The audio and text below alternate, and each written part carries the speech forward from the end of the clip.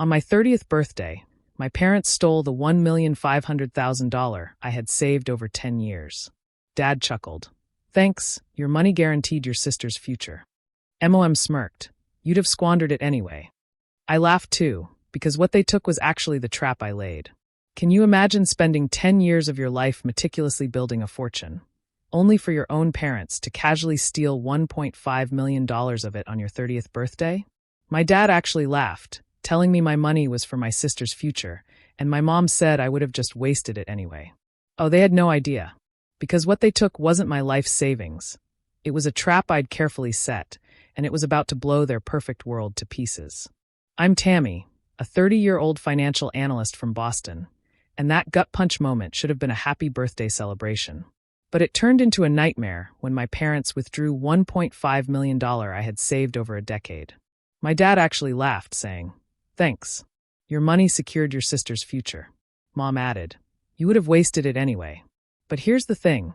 I laughed too, because what they took was actually a trap I had set. Growing up in a middle-class neighborhood in suburban Boston, I quickly learned my place in our family hierarchy. From as early as I can remember, there were two distinct roles. I was the responsible, hard-working older daughter, and my sister, Hannah, was the golden child who could do no wrong. This dynamic wasn't subtle or hidden. It was the very foundation of our family structure. Our modest two-story colonial house always seemed to have an invisible line drawn through it. Hannah's achievements, no matter how small, were celebrated with fanfare, while mine were acknowledged with a passing nod. When Hannah won participation trophies in soccer, our parents framed them. When I won the state mathematics competition in 8th grade, they missed the ceremony because Hannah had a minor cold. My father worked as a banker at a regional institution, bringing home a comfortable salary, but also importing his controlling financial tendencies into our home. Every penny was tracked, every expense justified, except when it came to Hannah. Mom stayed home until we were in high school, then took a part-time position at a local boutique, mainly to socialize. Her real job seemed to be enabling Hannah's increasingly expensive whims and making excuses for her behavior. By 12, I had developed an intuitive understanding of money that surprised even my father. While other kids spent their allowance on candy and toys, I opened a savings account. I started babysitting for neighbors, charging fair rates, and building a small but growing nest egg. I documented every cent earned in a blue ledger book that I kept hidden between my mattress and box spring. Money gives you choices. I would remind myself whenever Hannah taunted me about being boring or obsessed with saving. The irony wasn't lost on me when she dropped out of college the first time, claiming the business program was too restrictive for her creative mind. Our parents funded a 6-month finding herself trip to Europe as a consolation. When she dropped out a second time from an art program that had cost our parents $30,000 in tuition, they bought her a car to cheer her up. Meanwhile, I put myself through college at Boston University with a combination of academic scholarships and working 20 hours weekly at the campus bookstore and as a research assistant. The pattern continued through our 20s. Hannah would start expensive projects, abandon them midway, and receive comfort and more money. I would work harder, save more, and receive lectures about the importance of enjoying life while you're young. The cognitive dissonance was staggering. Tammy, not everyone is as naturally disciplined as you. My mother would say when I questioned why I had to pay for my own car insurance while they covered Hannah's. Your sister needs more support to find her way. This wasn't just sibling rivalry or typical family dynamics. It was a systematic devaluation of my efforts alongside an unsustainable inflation of Hannah's worth. When I graduated summa cum laude and landed a position at a respected financial firm, my parents hosted a small dinner. When Hannah completed a 3-week photography workshop, they threw a gallery party at our house, inviting extended family and friends to purchase her overpriced, out-of-focus landscapes. The final straw came during my senior year of college when I discovered my parents had used the small college fund my grandparents had left me to pay off Hannah's credit card debt. When confronted, my father became defensive. "We'll pay you back, of course," he said dismissively. But Hannah was in real trouble. Those collection agencies were calling day and night. "You've always been able to take care of yourself." That night, I made a decision that would shape the next decade of my life. I would become so financially independent and successful that I would never need to rely on my family for anything. I would build wealth not just as security, but as armor against their manipulation and favoritism. Little did I know that this decision would eventually lead to both the greatest betrayal and the most satisfying victory of my life. After graduating from Boston University, I hit the ground running. Unlike many of my peers who took time off to travel or explore their options, I had a crystal-clear vision of my future. Financial independence wasn't just a goal, it was my mission. I secured a position at Wentworth Financial, a prestigious firm in downtown Boston, known for their aggressive investment strategies and impressive client roster. The starting salary was good, but what attracted me most was their performance-based bonus structure. I knew my abilities could shine in that environment. "We don't usually hire straight out of undergraduate programs," the hiring manager told me during my final interview, "but your financial models and analyses were superior to candidates with MBAs." From day one, I approached my career with strategic precision. I arrived at the office by 6:30 every morning to analyze Asian market closings before anyone else arrived. I volunteered for the accounts nobody wanted because they were too complex or too small. I built financial models in my free time, testing investment theories against historical data. By 24, I was managing small client portfolios. By 26, I had been promoted to senior analyst, the youngest in the company's history. My annual income had tripled, but my lifestyle remained virtually unchanged. While my colleagues bought luxury cars and downtown condos, I continued living in my modest one-bedroom apartment in Somerville and driving the used Toyota I'd purchased in college. I brought lunch from home, limited dining out to once weekly, and tracked every expense with meticulous precision. My investment strategy was equally disciplined. I diversified across markets, balancing high-risk investments with stable ones. I put 40% of my income into traditional retirement accounts, 30% into a carefully curated stock portfolio, 20% into real estate investment trusts, and 10% into angel investments for promising startups.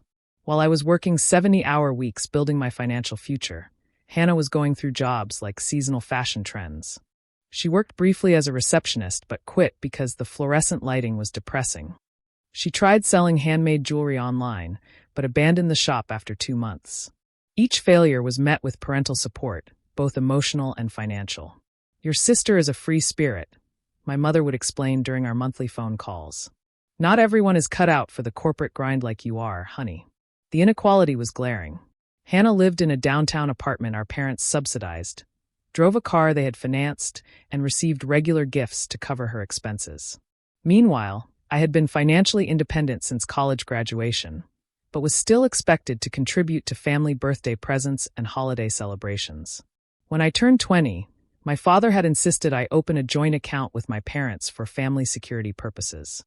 His banking background made the request seem reasonable at the time. "It's just good financial planning," he explained. "If anything happens to you, we need to be able to manage your affairs without legal complications." Being young and still somewhat trusting, I agreed, but maintained separate accounts for most of my finances. Over the years, small amounts would flow into that joint account, primarily for family-related expenses. What my father didn't know was that I tracked every cent with precision, maintaining spreadsheets that documented all activities in that account. As my wealth grew, so did my father's interest in my financial affairs. Casual conversations increasingly turned to questions about my investments, savings, and career trajectory. At first, I attributed this to professional curiosity from one finance person to another.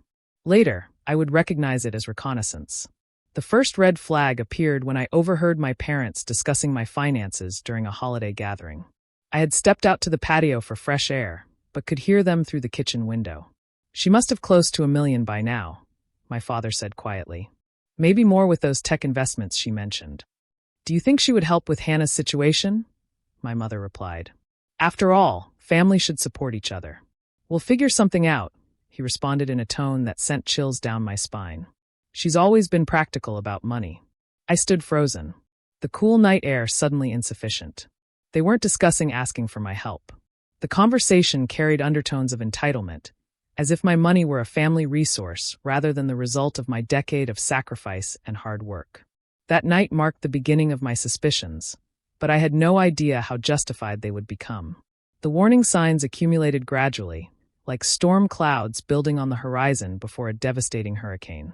Each incident on its own might have been dismissed as coincidence or ordinary family dynamics, but together they formed a pattern that became impossible to ignore. The first significant incident occurred when Hannah announced her third business venture in 2 years, an upscale pet boutique selling handcrafted accessories for dogs and cats. Despite having no experience in retail, animal care, or crafting, my parents funded the entire startup to the tune of $70,000. Your father and I are a little stretched thin right now, my mother mentioned during Sunday brunch, 3 weeks after Hannah's grand opening. We may need to borrow a small amount until some investments mature. Just temporarily, of course. How much are you thinking? I asked, already suspecting the answer wouldn't be small. Maybe $15,000. Just for a month or two.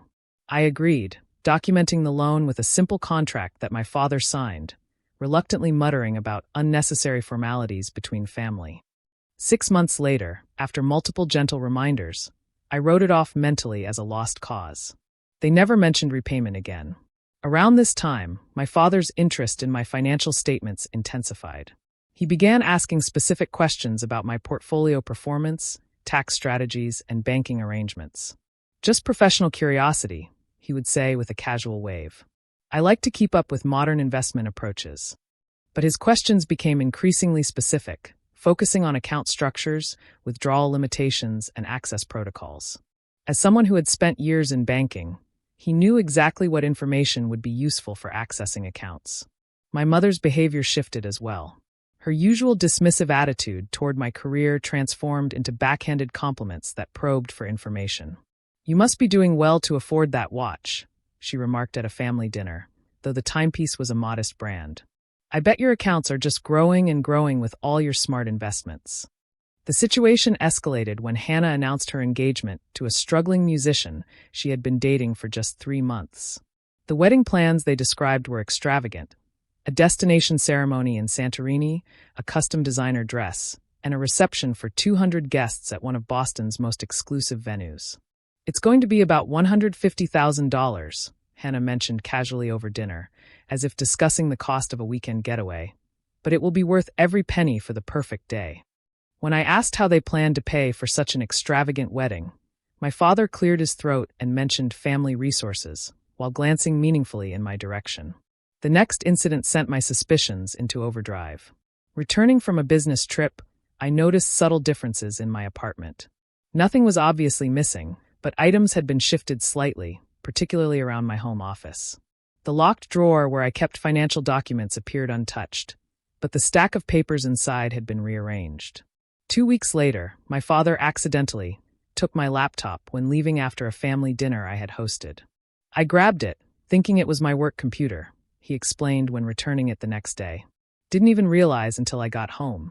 The excuse might have seemed plausible if not for the fact that my sleek Ultrabook looked nothing like his bulky work laptop.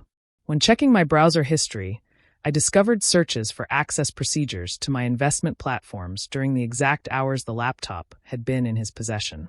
The final confirmation came when I installed a small security system in my apartment after the previous incidents.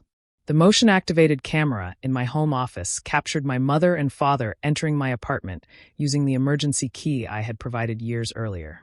The footage showed them methodically searching through my files, photographing documents, and attempting to access my computer. That same week, I had lunch with my financial advisor, Martin, who had become a trusted mentor over the years.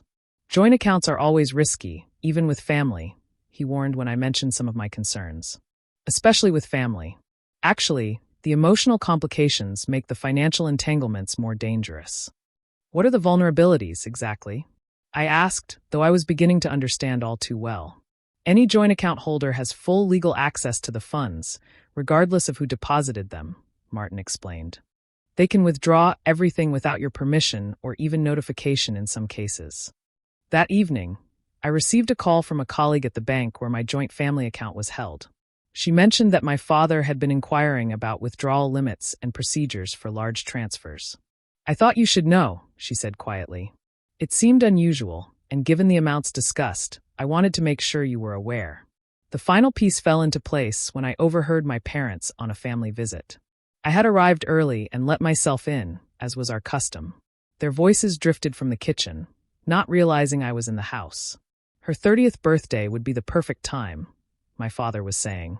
The account balance should be at its highest point with her annual bonus deposited. But will she suspect anything? My mother asked. She's always been so careful with her money. She trusts us. My father replied with a confidence that made my blood run cold. Besides, once it's done, what can she really do? Family accounts are legally accessible by all parties. Standing in the hallway, I felt an odd sense of calm descend. The betrayal hurt deeply, but the confirmation of my suspicions provided clarity. They were planning to take my money I had earned through years of sacrifice and hard work, to fund Hannah's irresponsible lifestyle. I had 3 months until my 30th birthday. It was time to set a trap that would expose their true intentions while protecting the fortune I had built. With clarity about my family's intentions, I began methodically planning my countermove. This wouldn't be an emotional reaction, but a strategic operation, executed with the same precision I applied to my investment portfolios. I had 6 months until my 30th birthday, and I intended to use every day. First, I needed expert help. I scheduled meetings with 3 professionals: Diana Chun, a forensic accountant specializing in financial fraud; Robert Kessler, an attorney focusing on family financial disputes; and Marcus Jones, a cybersecurity expert. I shared my suspicions and evidence with each, carefully building my team. What you're describing is unfortunately common, Diana told me during our initial consultation. Family financial exploitation follows patterns, and your parents' behavior checks multiple boxes. The good news is that with advanced knowledge, we can create protective countermeasures. The plan we developed was multi-layered. The most critical first step was securing my actual wealth. Over 2 months, I methodically transferred my real assets, totaling approximately $5.8 million, into new secure accounts under complex legal structures. I established an irrevocable trust with myself as the sole beneficiary, created 3 limited liability companies in different states, and opened accounts with financial institutions having no connection to my parents or their banks.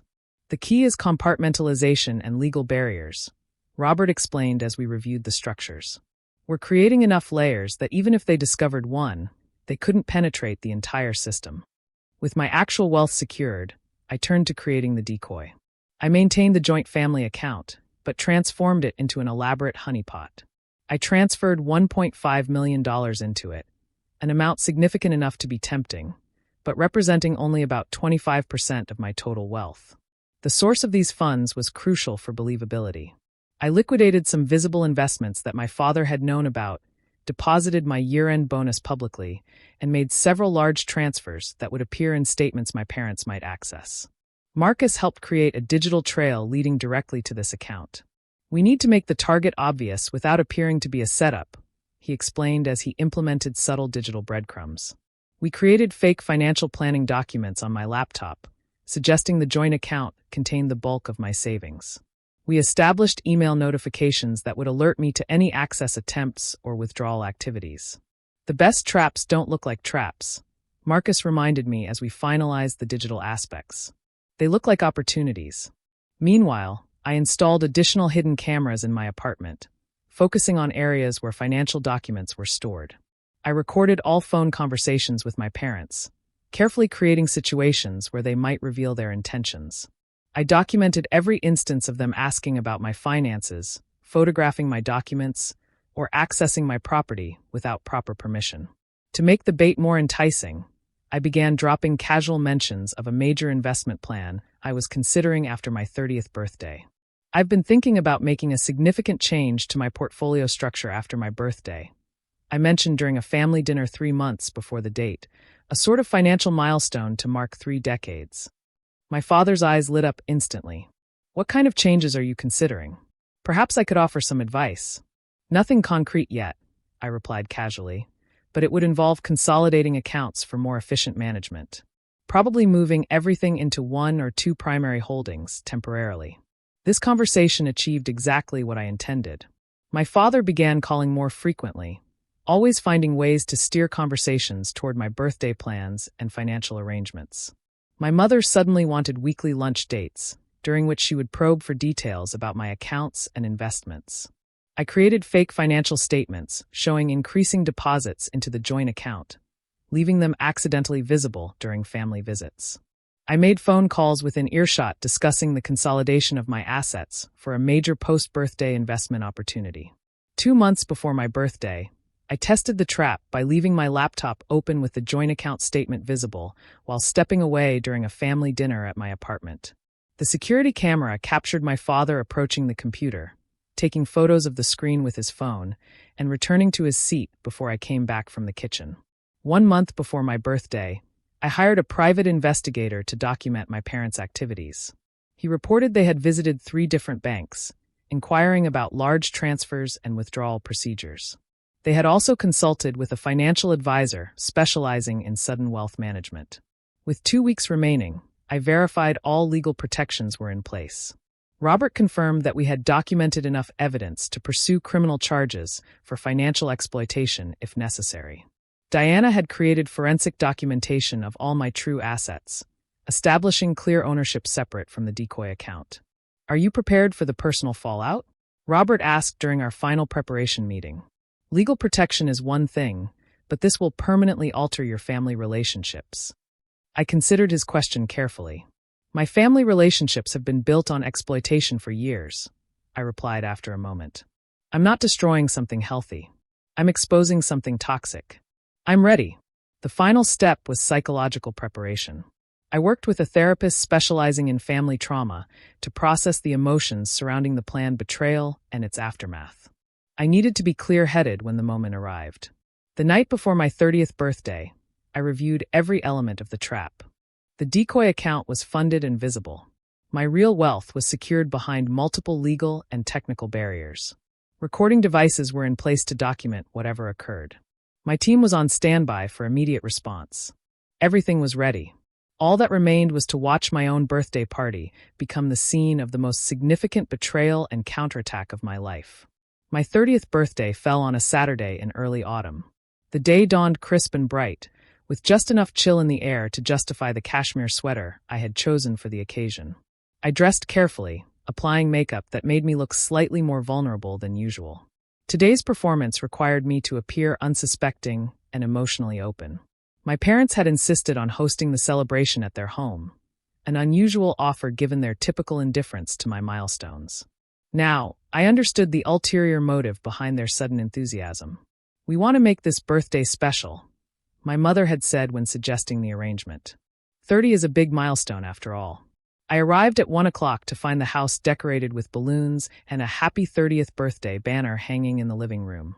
The effort seemed hollow, knowing what I knew, but I performed surprise and gratitude convincingly. "This looks wonderful," I exclaimed, embracing my mother. "You shouldn't have gone to so much trouble." "Nothing is too much for our successful daughter," my father replied, his arm around my shoulders, feeling heavy and foreign. "This is a day to celebrate all you've accomplished." Hannah arrived fashionably late with her fiancé, Todd, making a grand entrance in a designer outfit that probably cost more than my entire wardrobe. She air-kissed my cheeks and handed me a small gift box. "Happy birthday, sis," she said with a smile that didn't quite reach her eyes. 30 looks good on you." Throughout the afternoon, I maintained a careful balance between apparent enjoyment and strategic awareness. When offered wine, I pretended to drink while actually taking minimal sips. I needed complete clarity to monitor the situation. Several family friends and a few distant relatives attended, providing helpful cover for my parents' scheme. These innocent guests created an appearance of normalcy that made the underlying deception even more disturbing. Around 4 o'clock, after cake had been served, I implemented the next phase of my plan. I checked my phone and feigned excitement at a notification. "Oh, my investment alert just pinged," I announced loud enough for my father to overhear. "That fund I was telling you about finally hit the target price." My father's attention visibly sharpened. "Sounds like good news. Anything significant?" "Potentially life-changing," I replied with calculated enthusiasm. "I need to check the details and maybe make some moves before Monday. Do you mind if I use the office for a few minutes?" "Of course not, sweetheart," my mother interjected. "Take all the time you need. We'll entertain the guests." In my father's office, I opened my banking app on my phone, navigated to the decoy account, and deliberately saved the password. I then left the phone unlocked on the desk and walked away, making a detour to the bathroom, where I waited precisely 3 minutes while watching the hidden camera feed on my smartwatch. The footage showed exactly what I had anticipated. Less than 90 seconds after I left, my father entered the office, picked up my phone, and began rapidly navigating through the banking app. His fingers moved with practiced precision as he initiated a transfer from the joint account to an unfamiliar account number. The betrayal was unfolding exactly as predicted. I flushed the toilet to signal my return and watched on the smartwatch as my father hastily placed the phone back on the desk and exited the office. When I returned, the phone lay in precisely the same position, but the banking app had been closed. Almost immediately, my smartwatch vibrated with an alert from the security system I had established. The notification confirmed a transfer request of $1.5 million from the decoy account. The trap had been sprung. Returning to the party, I noticed subtle changes in my family's demeanor. My father seemed more relaxed, periodically checking his own phone with poorly concealed satisfaction. My mother was suddenly more attentive, refilling my wine glass and asking solicitously about my comfort. Hannah kept exchanging knowing glances with my parents, a smirk playing at the corners of her mouth. "A toast," my father announced, suddenly raising his glass. "To Tammy, not just on her 30th birthday, but to her contributions to our family's security and future. Family takes care of family." The irony of his words might have been comical, if not for the profound betrayal they represented. I raised my glass and smiled, playing my part in this final act of their charade. "To family," I echoed, meeting his eyes steadily, "and to getting exactly what we deserve." He faltered slightly at my pointed response, but recovered quickly. The other guests, oblivious to the subtext, continued celebrating innocently. At 6:30, my phone chimed with a bank notification. This one genuine. The transfer had been completed. $1.5 million had moved from the joint account to my parents' private account. The same account that would soon fund Hannah's extravagant wedding and bail out her failing business. I made a show of checking the message, allowing a flash of confusion to cross my face before quickly masking it. I needed my parents to believe, at least temporarily, that they had succeeded. "Everything okay?" my mother asked with false concern. "Just work," I replied smoothly. "Nothing that can't wait until tomorrow. But I should probably head out soon. It's been a long day." "So early," my father protested weakly. "We haven't even given you your presents." "I'm just a little tired," I insisted, beginning my goodbyes. "This has been wonderful, but 30 hits differently than 29 did." As I gathered my things, Hannah approached, her expression a mixture of triumph and manufactured sympathy. "Big plans for tomorrow?" she asked casually. "Just some financial housekeeping," I replied. "Nothing exciting." "Well, don't work too hard," she said, patting my arm condescendingly. "Some things are more important than money." The audacity of her statement, given what had just transpired, was breathtaking. I simply smiled and kissed her cheek, whispering, "We'll see about that, won't we?" Driving home, I contacted my team. Diana confirmed the transfer had been documented forensically. Robert verified that all legal countermeasures were in place. Marcus reported that the digital evidence had been secured, including timestamps and account access logs. Everything was proceeding according to plan. My parents believed they had successfully stolen my life savings. They were probably celebrating at that very moment, congratulating themselves on their cleverness while planning how to spend my money. Tomorrow would bring the reckoning they never saw coming. Tonight, I would allow myself to fully process the reality that my own family had betrayed me in the most fundamental way possible. The knowledge hurt, despite my preparations, but it also liberated me from illusions I had maintained for too long. My 30th birthday had indeed marked a significant transition, though not the one my parents had planned. They thought they were witnessing my financial downfall. Instead, they had orchestrated their own exposure and sealed the fate of our relationship forever. I slept surprisingly well that night, perhaps because certainty, even painful certainty, is more restful than suspicion. I woke early, dressed with care in a crisp charcoal business suit, and prepared myself mentally for the confrontation ahead. This would be the most difficult conversation of my life, but also the most necessary. At precisely 9:30 Sunday morning, I parked in front of my parents' house. Their cars were in the driveway along with Hannah's distinctive red convertible. Perfect. All the players in this drama were present for the final act. Through the front windows, I could see movement in the dining room. As I approached the door, I heard the unmistakable pop of a champagne cork, followed by laughter. They were celebrating their theft with morning mimosas. The timing couldn't have been more perfect for maximum dramatic impact. Instead of knocking, I used my key and entered quietly. Following the sounds of celebration, I walked to the dining room entrance and stood watching for a moment before they noticed me. The scene was exactly as I had imagined. My parents and Hannah were seated around the table with champagne flutes, a spreadsheet printout between them. My father noticed me first, his face transforming from jovial satisfaction to shock in an instant. The champagne flute in his hand tilted dangerously, spilling onto the white tablecloth. "Tammy!" my mother exclaimed, hastily trying to cover the financial documents with a napkin. "We didn't expect you this morning." "Clearly," I replied, stepping into the room. My voice was calm, betraying none of the emotional turmoil beneath. "Don't stop the celebration on my account. It seems quite festive." Hannah immediately stood up. "I just remembered I have an appointment," she mumbled, gathering her purse. "Sit down, Hannah," I said, my tone leaving no room for argument. "This concerns you too." Something in my manner must have conveyed the futility of resistance, because she slowly sank back into her chair. "What's this about, Tammy?" my father asked, attempting to regain his authoritative demeanor. "We were just having a family brunch." With champagne and financial statements, I raised an eyebrow. Interesting brunch menu. I placed my briefcase on the table and opened it, deliberately removing a folder containing bank statements. "I received an interesting notification yesterday during my birthday party," I continued.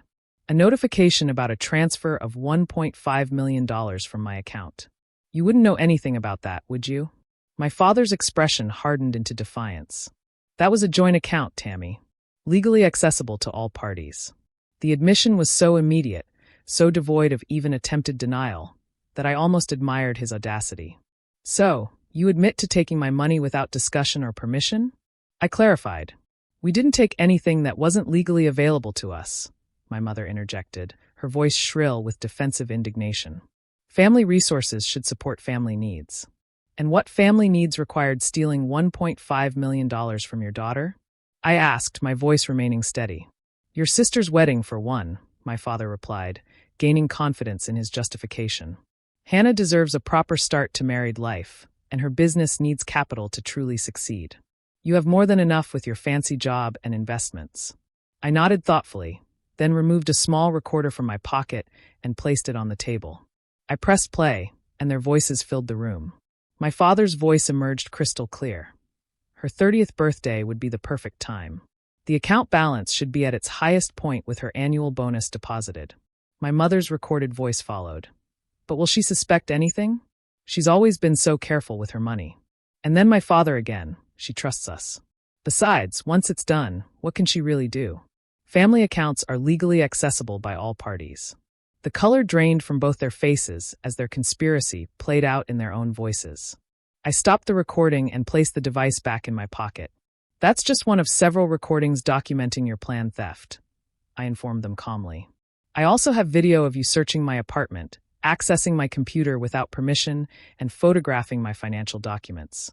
Dad, I have footage of you using my phone yesterday to initiate the transfer." Hannah had been silently watching this exchange, but now she found her voice. "You were spying on them.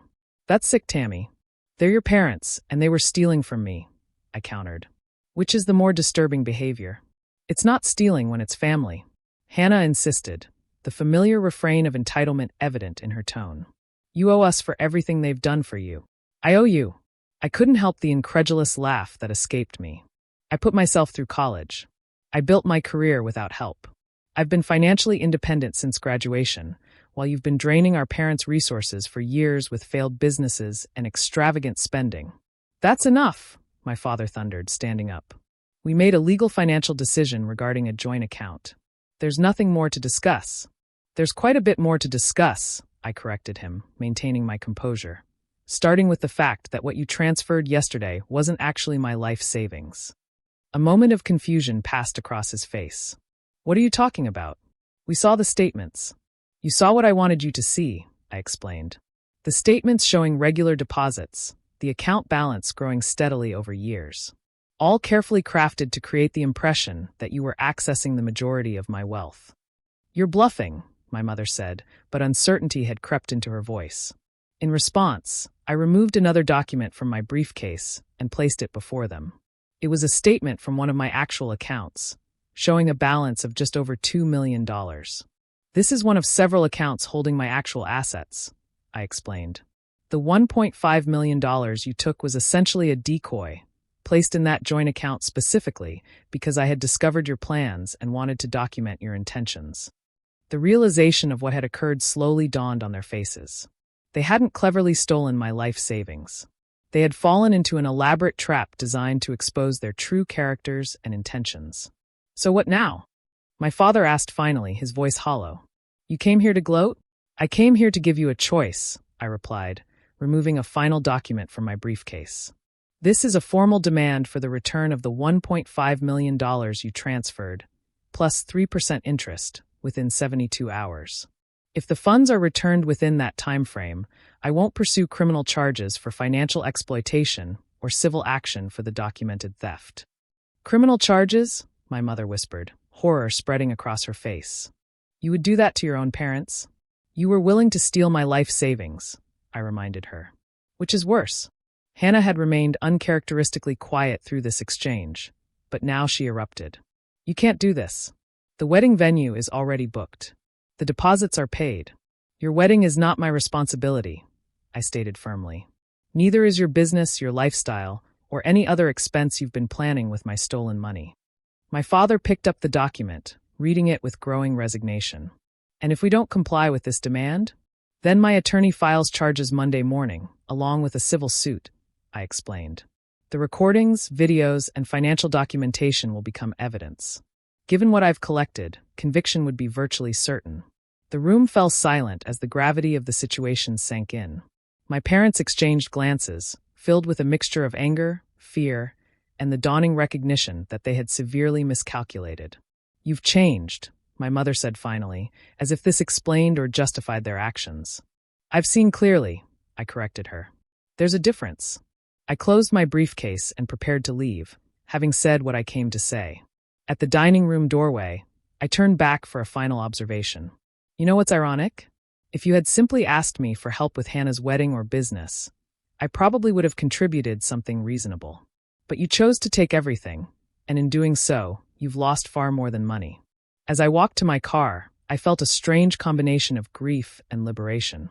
The family I had known was gone, revealed to be an illusion built on exploitation rather than love. But in its place was clarity, and with clarity came the freedom to build something better for my future. The 72 hours following the confrontation were surprisingly quiet. I half expected frantic calls or emotional manipulation attempts, but my phone remained largely silent. The only communication came from my father, a curt email confirming the money would be returned by the deadline, with the requested interest included. True to his word, exactly 71 hours after our confrontation, I received notification that $1,545,000 had been transferred into my designated account. The principal plus 3% calculated to the penny. Even in defeat, my father's banking precision remained intact. With the financial matter resolved, I immediately severed all remaining ties. I closed the joint account, removed my parents as emergency contacts on all documents, and changed the locks on my apartment. My lawyer sent formal communications, establishing clear boundaries and explicitly prohibiting them from attempting to access any of my financial information or personal property. For several weeks, silence reigned. Then the attempts at reconciliation began, though reconciliation might be too generous a term for what was actually attempted. Hannah called first, her approach as transparent as glass. I know things got intense, but we're still family, she began, her voice carefully modulated to sound conciliatory. Maybe we can talk things through over coffee? What specifically would you like to discuss, Hannah? I asked, already knowing the answer. A brief hesitation. Well, about the wedding, actually.